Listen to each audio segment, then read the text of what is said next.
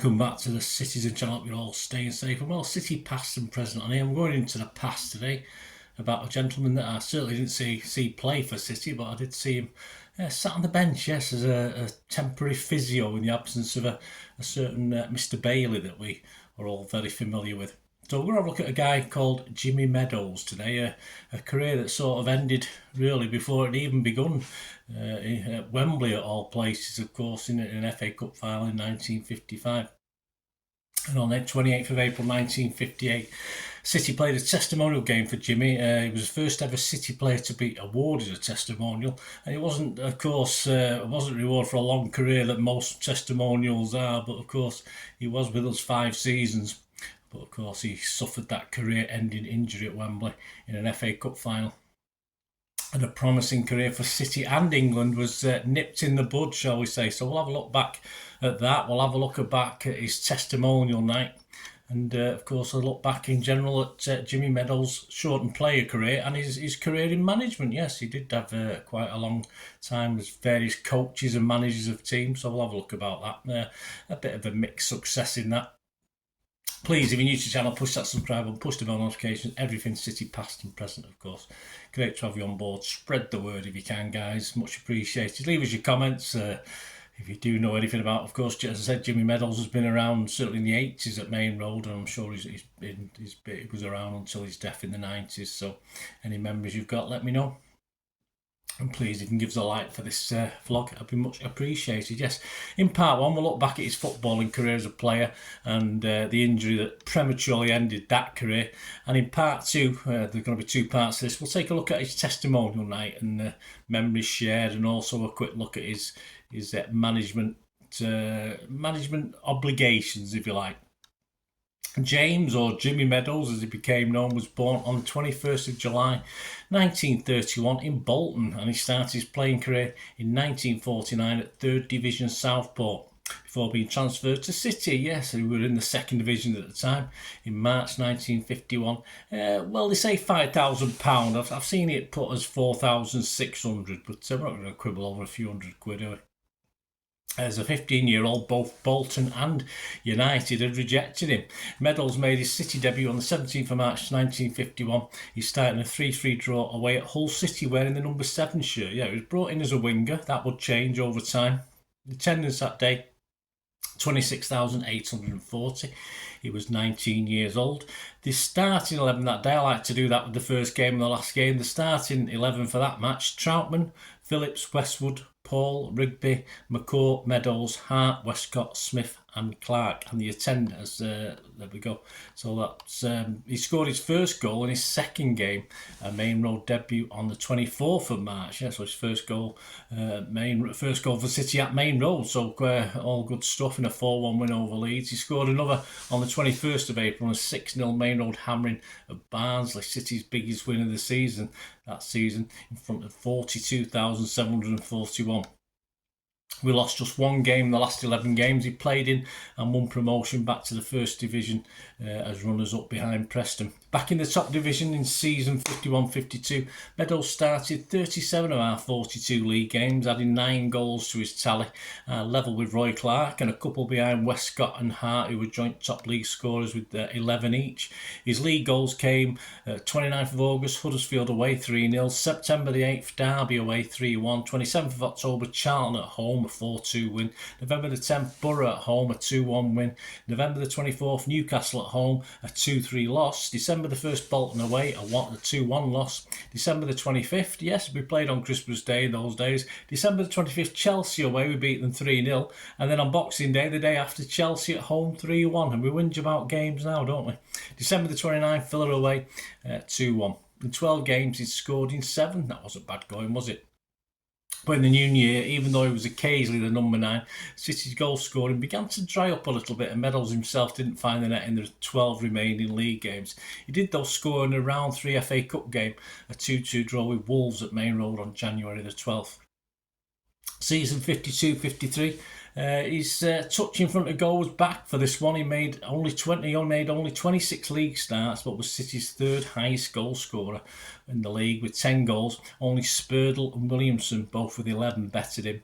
His goals came on September the 1st away at Spurs, 3-3. September the 8th away at Burnley, a 2-1 loss. September the 13th away at Middlesbrough, a 5-4 loss. That was a cracking game. Yes, he brought us into it about 5-2, I think, but 4-2, sorry, but it wasn't to be. November the 15th, home to Charlton, 5-1, and his first and only hat-trick for City. November the 22nd, Arsenal away in 3-1 defeat. December the 13th, Chelsea at home, a 4-0 victory. The 14th of February, Valentine's Day, Newcastle 2-1. 28th of February, Portsmouth at home, a 2-1 victory. Meadows made starts as number 7, 3 games as number 9 as well, but also stepped on a couple of occasions at number 5. Yes, he was to play not just centre half, he was going to play across the back in a little while. City stayed up by the skin of the teeth that season, finishing third bottom, just 1 point safe from relegation. Season 53-54, he made 20 league appearances, scoring 8 goals. He played a handful of games at number 3, the rest at number 9. Yes, we were beginning to see a full-back in Jimmy Meadows as well. His goals that season, his first game back after a little break, he scored. He was doing national service as well at this period of time, so he was actually playing for the army. His first game back he scored 2 in a 3-2 home win against Burnley on October the 31st. On November the 7th, Liverpool away, 2-2 draw. December the 5th, he scored Charlton away in a 2-1 loss. February 27th, Bolton at home in a 3-0 win. April the 10th, Borough at home, Middlesbrough 2 in a 5-2 win, that one. 16th of April, Chelsea away in a 1-0 win. He also made 2 FA Cup appearances at, yes, number 3. And interestingly enough, the season 54-55, as I said, he'd been playing for the Army team. And he's been starring for that as right back. He played for an English Football League 11 as well as right back. So it was no surprise that when City had a few injury problems at the back, we would eventually try him in that position. In a season, of course, it was to end in disaster for Meadows. He played 36 league games that season and 5 of the 6 FA Cup games. But he found himself in that right fullback spot at number 2 with City having those injuries we were worried about in that position. He played 3 at number 3 and only appeared up front on 2 occasions at the end of the season. He scored in one of them. Yeah, I mean, the defenders in those days defended. You didn't expect them to score goals. So to score in one of the 2 games he played up front, that was on the 20th of April, a home victory over Wolves 3-0, where he wore the number 8 shirt. He made his debut for England against Scotland in the home internationals. I think we clinched the title with that game on the 2nd of April 1955 as a right back. And this looks as though it might be positioned for England to come for a while as well. But then, as we know, or you may not know, you might know now, a tragedy, a serious injury in the 17th minute of the 1955 FA Cup final against Newcastle, going for an attempted tackle by his own corner flag. The 11 in what would be his final City competitive game that day was Troutman, Meadows, Little, Barnes, Ewing, Paul, Fagan, Hayes, Revie, Savage and Clark. As substitutes, not allowed in those days. It was the mid-60s before we had substitutes. Until, I think it was 1965-66. I'll be even more specific. Yes, no substitutes for 65-66. City, of course, had to play the rest of the game over 70 minutes. Yeah, 73 minutes plus injury time with 10 players. And sadly, yet Newcastle won out 3-1. Jimmy Meadows said of the incident, "When Bobby Mitchell beat me and pulled the ball back, I was ready and turned with him. I went to push off with my right foot, my studs caught on the grass. In effect, the top half of my leg moved forward and the rest stayed put. The pain was indescribable." Ironically, Jimmy admits that perhaps he should not have played. He was suffering from flu, a 2 or 3 day flu. Flu takes tone out of your muscles apparently, so it was thought that this also contributed to the injury. The doctor had actually advised him not to play. Hey, but this was an FA Cup final, so you know what's going to happen there. The day after the Cup final, he was due to fly out, of course, with England on tour as well, so he missed out on that.